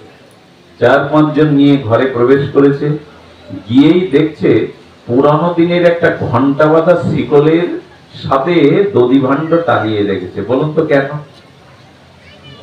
কেন ওই ভাণ্ড নিতে গেলে ওই শিকলে টান পড়বে, ঢং ঢং করে ঘন্টা বাজবে, এই পরিসরে আর পালাবার পথ পাবে না। ব্রজগোপী শিকারীর মতো পাশে শব্দ হলেই গিয়ে ধরে ফেলবে। গোপালকে দেখে তখন বুদ্ধিমান মধুমঙ্গল বলছে, ওই দেখ, ওই দেখ, আজকে ধরা পড়বার সমস্ত ফাঁদ পাতা আছে, শিকলে যেই উঠবি রে সেই ঘন্টা ঢং ঢং করে বাজবে। বললো তোরা কাঁধ দিত, কাঁধের উপরে কাঁধ, কাঁধের উপরে কাঁধ, এই ময়ের মতো করে উঠে ঘন্টার কাছে মুখ নিয়ে গোবিন্দ বলছেন, তোমার পরিচয় কি? শিশু কৃষ্ণ ঘন্টাকে বলছে, তোমার পরিচয় কি, কে তুমি? বলে প্রভু আমি তো আপনার দাস, এ জগতে অনুপরমাণু সব আপনার দাস। যদি বলেন গল্প শোনাচ্ছ কেন, ঘন্টা কি কথা বলে? গোবিন্দ যদি কারো কাছে জিজ্ঞাসা করে তো ক্লিয়ারও কথা বলবে। সচ্চিদানন্দ ভগবান, সে যদি চায় তার সেই দিব্য কৃপা শক্তিতে, তখন তখন মাটি কথা বলবে, অলংকার কথা বলবে, কৃষ্ণের যা যা ইঙ্গিত সেটা চিন্ময় হয়ে যায়। শুধু ভক্তগণ, ঘন্টা বলছে প্রভু আমি আপনার দাস। বলে দাসের কর্তব্য কি? বলে প্রভুর আজ্ঞা পালন করা। বলে তাহলে যতক্ষণ ননি চুরি করবো বাজতে তুমি পারবে না। বলে প্রভু আপনার আজ্ঞা যত আজ্ঞা, আপনার আজ্ঞা পালন না করে পারি? এই যেই কি করেছে, সেই দধি ভাণ্ড যেই না ওই ঢেলে দিচ্ছে, দধি ভাণ্ড যেই ঢেলে দিচ্ছে, এই ঢেলে দিতে দিতে কি হচ্ছে জানেন? দুটো কাজ হচ্ছে। এক, ঢেলে দিলে গালের সাথে সাথে অঙ্গ দিয়ে বেয়ে পড়ছে, একসাথে অভিষেক হচ্ছে, একসাথে সেবাও হচ্ছে। আর ওই কৃষ্ণের অধরামৃত বেয়ে বেয়ে আর ক্ষীর ছানা ননিগুলো যখন পড়ছে, সকালে বলছে কানাই আজকে আরো মধুর লাগছে, কারণ তোর অঙ্গ স্পর্শ করে আসছে, তো এটা অভিষেকের চরণামৃত মনে হচ্ছে। ওরা যেই আনন্দে মগ্ন হয়ে গেছে খেতে গিয়ে, আর বলবো কি, ঘন্টা ঢং ঢং করে বেজে উঠেছে। এই যেই বেজে উঠেছে ঘন্টা, কৃষ্ণ বললে কি হলো? তুমি তো কথা দিলে আমি আমার দাস, তুমি আমার আদেশ পালন করবে। বলে প্রভু লোভ সামলাতে পারলাম না। ঘন্টা বলছে লোভ সামলাতে পারলাম। আচ্ছা প্রভু বলো তো, ভগবানের ভোগ মন্দিরে হওয়ার সময় ঘন্টা বাজে কিনা? বলে হ্যাঁ, ঘন্টা না বাজলে তো ভোগ নিবেদন হয় না। বলে সে তো মন্দিরে বিগ্রহকে, মূর্তিকে ভোগ লাগানোর জন্য ঘন্টা লাগায়, আর স্বয়ং বিগ্রহ রূপী ভগবান যদি সেবা নেয়, তাই এই সময় বাজবো না তো আর কখন বাজবো? এই সময় তো যদি না বাজি তার কখন বাজবো? ঘন্টা কি সংকেত দিল জানেন? ভগবানের লীলা আছে, ভগবানের ধাম আছে, ভগবানের নাম আছে। এই সময় যদি ভজন না করো, বেজে না ওঠো, আর বাজবে কবে গো? মৃত্যুর পরে তো আর বলতে পারবে না, এই জন্মই বলবার জন্ম পেয়েছো, এবার বেজে ওঠো। ঘন্টা সংকেত দিল ভগবানের লীলাতে, খেলাতে, আনন্দে মেতে ওঠো, বেজে ওঠো। গোবিন্দ দেখছেন ওর কাজ তো করেছে, বলছেন এই সময় যদি না বাজে আর বাজবো কি? গোবিন্দ মুখে দুধ পরে নিয়ে বলছে দৌড়া, আর আমি যা করি তাই কর। গোপীমা ঠিক ঠিক দরজার সামনে এসে দাঁড়িয়েছে, আর ধরবই। যেই গোপীমা সামনে এসেছে, আরো কজন পিছনে ছিল, অনেকগুলো তো, কৃষ্ণ করেছে কি সেই মুখের মধ্যে দুধ ভরে নিয়েছে, আর ওদেরও বলেছে সেই দুধ চোখে করে যেই ঝেড়ে দিয়েছে। আচ্ছা, চোখে যদি কেউ দুধ দেয়, এই দেখতে গিয়ে বগলের তল দিয়ে পালিয়েছে, ওরাও যার যার দেখছে তার মুখে ফুৎকার দুধ দিয়ে দৌড়াচ্ছে। এই হলো আনন্দময় সচ্চিদানন্দের লীলা। এই লীলাগুলি বারবার শ্রবণ করতে হবে। একদিন নন্দ বাবা, আচ্ছা নন্দ বাবা কার পূজা করতে জানা আছে আপনাদের? নন্দ বাবা না, ইন্দ্র জাগত বছরে একদিন তার গৃহে কুলদেবতা হলো শালগ্রাম শিলা। আচ্ছা, সেই শিলাতে অভিষেক করছে। কি করছে নন্দ বাবা? একটু ধ্যান দিন। অভিষেক করছে। সেই অভিষেকে কি করছে? দুগ্ধ, ঘৃত, শর্করা। আচ্ছা, আপনারা পঞ্চামৃত দিয়ে অভিষেক করেন তো? একটা কথা বলবো, এই চিনিটা দেন না, পঞ্চামৃতে তো চিনি দিতে হয়, দধি, দুগ্ধ, ঘৃত, মধু, শর্করা। চিনিটা একটু বেটে নিয়ে ফিনিশ করবেন। গোবিন্দের অঙ্গটা না মনে করতে হয় খুব কোমল, ফুলের থেকেও কোমল। এই ফুলের থেকে কোমল অঙ্গ, চিনির শক্ত দানাটা যেন না লাগে। চিনিটা বেটে মিহি, এই অনুভূতিই তো ভজন, যে এটা তার গায়ে লাগবে। তো নন্দ বাবা মধু ঢালছে, ঘৃত ঢালছে, দধি ঢালছে। গোবিন্দ পেছন থেকে কি করছে জানেন? ওর জিহ্বা বের করে না ঠোঁট চাচ্ছে। ও তো মিষ্টির প্রতি প্রচন্ড লোক, দইয়ের প্রতি প্রচন্ড লোক। নন্দ বাবা তো অভিষেক করেই চলেছে। ও বেটা করেছে কি, ওই লোভে আর পিছনে বসে থাকতে পারছে না, ও গিয়ে নন্দ বাবা বলে বসে। নন্দ বাবা তো চোখ বন্ধ করে মন্ত্র ওং সহস্র শীর্ষ পুরুষা সহস্র সাক্ষ সভূমিং সর্বতত্ত্বাতিষ্ঠ দশাঙ্গুলাম, এই বৈদিক মন্ত্র, অভিষেক মন্ত্র বলছে। শালগ্রাম শিলার গোবিন্দের চোখ বড় বড় হয়ে গেছে। দইগুলো পড়ছে, ননিগুলো পড়ছে, দুধগুলো পড়ছে। কি করেছে জানেন? নন্দ বাবা তো চোখ বন্ধ করে স্তুতি করছে, ও আর কি করবে, সেই শালগ্রাম শিলাই মুখের মধ্যে ভরিয়ে দিয়েছে। যাই ওর গায়ে যা লেগে আছে।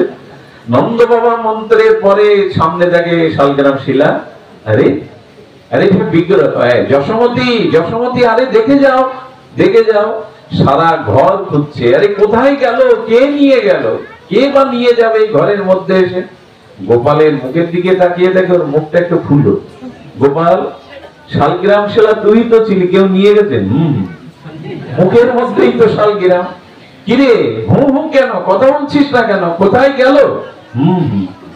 যশোদা বুঝতে পেরেছে, আরে ওর তো দধি মাখনের বড় লোভ, এই চুরি করে গিয়ে গাল টিপে ধরেছে। যেই টিপে ধরেছে শালগ্রাম শিলাও একদিন পড়ে গেছে। হ্যাঁ গোপাল, আরে বাবা কি করব, তোমার ওই ননি দেখে, ক্ষীর দেখে, মাখন দেখে বড় লোভ হয়েছিল, ওই জন্য গালে বলে দিয়েছিলাম। এক ভগবান ভক্তিতে আর এক ভগবানকে গিলতে চাইছে। ব্রজলীলার কি মহিমা! এক ভগবান আর এক ভগবানকে গিলতে চাইছে। এসব লীলা শ্রবণ করে তৃষ্ণা কি মেটে গো? তৃষ্ণা মিটে যায় না। এই জন্য ভগবানের লীলাকে যসূত্র তৎপর ভাবে, এই লীলাগুলো তৎপরতার সহিত শ্রবণ করো। শ্রবণ করতে করতে করতে করতে এই লীলার প্রতি ভাবনা জাগবে, লোভ জাগবে। আমারও যদি এমন হতো, আমারও যদি এমন হতো। এই জন্য এই লীলার প্রতি লোভ জাগান, এই লীলার প্রতি আকুতি জাগান। একবার যদি লোভ জেগে যায়, তবে আপনি কোন অবস্থানে আছেন, কি অবস্থানে আছেন দেখবে না। শুনুন সেই বিস্ময়কর ঘটনা। এটি বলেই পাঠ আজকের মতো বিশ্রাম। কিছু মনে নেবেন না। মথুরাতে রাধা মাধবের মন্দিরে একটা মুসলিম বালক যেতেন, 13 বছর বয়স। এই বালকটা পূর্ব কি সংস্কার আমরা জানি না, কিন্তু রাধারানীর দিকে তাকিয়ে আরতির সময় অপলক নয়নে তাকিয়ে থাকতো। তাকিয়ে থাকতে থাকতে থাকতে তার চোখ সজল হয়ে উঠত, বিন্দু বিন্দু অশ্রু খলিত হতো। 2 দিন 4 দিন দেখতে দেখতে মন্দিরে আরতিতে সে আসবেই, মন্দিরে আরতিতে সে আসবে। আমি পূর্বে বলেছি, 10,000 গাভী দান করলে যে পুণ্য না হয়, ভগবানের আরতির সময় যদি কেউ নয়ন মেলে ভগবানের আরতির নির্মন্থনের সময় বদনটা দর্শন করে, তাহলে সেই 10,000 গাভী দানের পুণ্য সেই সময় হয়। এই জন্য আরতির আগে মন্দিরে ঘণ্টার ধ্বনি করে কেন জানেন? শব্দ এসো, এসো কৃপা যদি পেতে চাও, সেই অরিন্দম সুন্দর রসরাজ মহারাজ ভগবানের দর্শন যদি করতে চাও, এসো। আরতির সময় ভগবানের বিশেষ ভাব বিকাশ ঘটে। প্রকাশ ঘটে তার চিন্ময়তার। এই জন্য আরতি দর্শন করতে হয়। ও দেখতো আর ঝরঝর করে কাঁদতো। একদিন আরেকজন মুসলিম দেখে ফেললো এই মুসলিম কিশোর প্রতিদিন রাধারানীর মন্দিরে আরতি দেখে আর চোখে জল ফেলে। বাবা মার কানে কথাটা গেল, কি করলো জানেন? ঘরে দৌড় দিয়ে 2 দিন ধরে অন্ন না দিয়ে তাকে পেটালো। মারতে মারতে রক্তাক্ত হয়ে যায়নি। হ্যাঁ, এই ঘরে জন্মেছিস, এই ধর্মে জন্মেছিস, কেন ওদের মন্দিরে গিয়ে দেখিস? মূর্তি দেখা আমাদের নিয়ম নাই, কেন দেখিস তুই? একটাই কথা, কে যেন আমাকে টেনে নিয়ে ওখানে নিয়ে যায়, কে যেন আকর্ষণ করে আমাকে নিয়ে যায়। এইভাবে অনেক মারলো, কিন্তু বেঁধে ধরে মেরে আর অন্তরের অনুরাগ কি বাধা দেওয়া যায় গো? আবার যায়, আবার দেখে, আবার কাঁদে। কতবার যে মার খেয়েছে, কতবার লাঞ্ছনা সহ্য করেছে। না পেরে একদিন রাধারানীর পাশে ললিতা সখীর দিকে তাকিয়ে বলছে, তুমি পারো না, তুমি পারো না। এখানে থাকলে ওরা আমাকে বাঁচতে দেবে না, তোমার কাছে আসতে দেবে না। আমি যেই জাতির হই, যেই হই, তোমার চরণে আমাকে নাও হে রাধে। আমার এখানে থাকলে ওরা তোমাকে দর্শন করতে দেবে না। এই আকুল হয়ে যখন ওইখানেও পড়ে গেছে মসজিদ হয়ে, ওই মসজিদের মধ্যে দেখলো কি একজন দিব্য সখী যেন তাকে ধরে নিয়ে উড়িয়ে নিয়ে গেল। ইনি এলেন ললিতা সখী, রাধারানীর আদেশে। ইনি উড়িয়ে কোথায় নিয়ে গেছিলেন জানেন? পেশায়ের ছাড়ি বনে। আমার ভাগ্য হয়েছিল সেই বনে যাওয়ার। 200 বছরের কাঠ ওই বনে পড়ে আছে, কেউ হাত দেয় না। কেন দেয় না জানেন? ওই কাঠগুলো বাড়িতে যদি নিয়ে যান, সেদিন সর্প তার ঘরে উঠবে, দংশন করেছে অনেককে। একজন সাধুকে দেখেছিলাম, ওখানে সবাই থাকতে পারে না। 2 জন আছেন, একজন ঝোপঝাড়ের মধ্যে, একজন জঙ্গলের মধ্যে। সে দিনের বেলাও সেখানে আমি টিকতে পারবো না, কিন্তু অন্তর মনে হয়ে ভজন করে চলেছে সেখানে। আর কি হয় জানেন? ওই যে কাটাও কে হাত দেয় না, কিন্তু ভক্তরা যখন আসে, একটা পাতা আসে, সে পাতার কাটাগুলো একটা রেখাপথটা সরিয়ে দেয়, ওখানে কোনোদিন কাটা আর পাতা জমে না, ওই পথটা পরিষ্কার থাকবে। আমি আপনাদের গল্প শোনাতে বসিনি এই রাত্রে, সচক্ষে দেখে এসেছে চিন্ময় ব্রজধামের এরকম মহিমা। ওখানে এক মহাত্মার দর্শন হয়েছিল। তিনি বলেছিলেন, এ বড় বিরল স্থান। এই পেশাইতে কে আছে জানেন? অশ্বত্থামা ওখানে বসে এখনো ভজন করছেন। অশ্বত্থামা 4 যুগে অমর। ওই পেশায়ের ঝাড়িতে এখনো অশ্বত্থামা ভজন করছে। অনেকেই তার গুহাও দেখেছে। তো ওইখানে ভজন করতে করতে একদিন দেখলো বৃন্দাবনের একজন যে ওই ছেলেটা ওই জঙ্গলের মধ্যে ভাবাবেশে উদাস হয়ে হা রাধে বলে অশ্রু বর্ষণ করছে। এ জগতের দৃশ্য আর নাই, এই জগতের ভাব তার মধ্যে আর নাই। আমি বলি কি, একটু যদি রাধারানীর প্রতি, একটু যদি গোবিন্দের প্রতি ব্যাকুলতা আসে, এ জন্মে না হোক, কোন জন্মে হোক, আপনাকে টেনে নিয়ে করুণাময়ী ব্রজে নিয়ে যাবেন, প্রেম ভক্তি দিয়ে দেবেন। এটা সম্ভব, এটা অবশ্যই সম্ভব। কারণ তিনি করুণাময়ী, তিনি কৃপাময়ী। রাধারানীর অপার করুণা, অপার কৃপা তার। এই জন্য আসুন, আমাদের জীবনে একবার যেন ব্রজ দর্শন হয়। আমাদের চিত্তে যেন সাংসারিক ভাবনার সাথে সাথে এই লীলাগুলো স্মরণ হয়, এই লীলাগুলোর চিন্তন হয়। আপনারা অধিক রাত্র জেগে এই প্রচন্ড তাপদাহের মধ্যে যে সময়টুকু আপনারা দিলেন, এটার জন্য আমি অত্যন্ত ধন্যাতি ধন্য হলাম। একজন পাঠকের জীবনে এর থেকে বড় উপহার, এর থেকে প্রাপ্তি আর নাই। আপনাদের পরম মঙ্গল কামনা করি, আপনাদের সবার জীবনে শুদ্ধ ভক্তি প্রার্থনা করি। মা মা কিছু বলবে?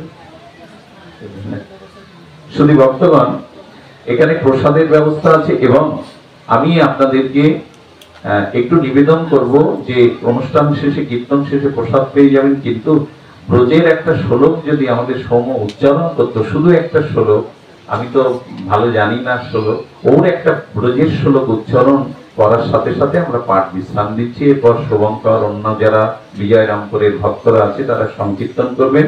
আমি আহ্বান করছি আমাদের স্নেহের একটা শ্লোক অন্তত ব্রজের শ্লোক উচ্চারণের জন্য। জয় শ্রী গুরু প্রেমানন্দে গুরুন ঈশভক্তান ঈশবতরকান तत्प्रकाशंश्च तत्शक्ति कृष्णो चैतन्य संगतम्। उपस्थित সকল পূজ্যজন, সন্তজন, মহৎজন এবং আমার গুরু ভ্রাতাগণ, আমার প্রপূজ্য শ্রদ্ধাস্পদ কাকা মহাশয় এবং সকল বৈষ্ণববৃন্দ, মাতৃশক্তিবৃন্দ, সবার চরণ বারংবার বন্দনা করি।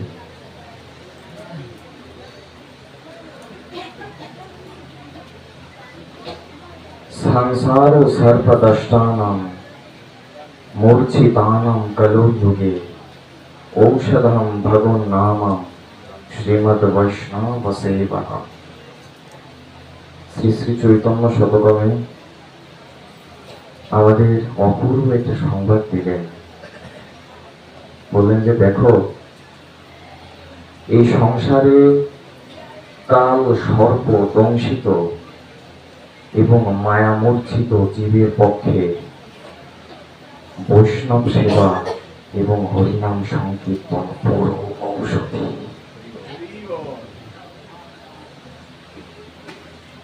বিষয়াবিষ্টমূর্খানাং চিত্ত সংস্কারমৌষধম বিশ্রাম্ভেনা গুরোঃ সেবা বৈষ্ণবোচ্ছিষ্ট ভোজনম। কাকা মহাশয়ের ন্যায় মহতের উচ্ছিষ্টামৃত, অধরামৃত যতদিন না পর্যন্ত আমরা না পেতে পারব, তার অনুভব ব্যক্ত, পরম ব্যক্ত হরিকথা যতদিন না পর্যন্ত আস্বাদন না হবে, ততদিন চিত্তের সংস্কার সম্ভব নয়, চিত্তের সংশুদ্ধি একেবারেই সম্ভব নয়। আচার্যের প্রমাণ এটা। অত্যন্ত শ্রদ্ধার সহিত মহৎ সেবা, বৈষ্ণব সেবা, তাদের সেবার দ্বারাই চিত্তের সংস্কার এবং সংশুদ্ধি সম্ভব। যেহেতু অনেক রাত হয়ে গেছে, আমি কাকা মহাশয়ের আদেশ পালনার্থে আপনাদেরকে আরো একটু কষ্ট প্রদান করলাম।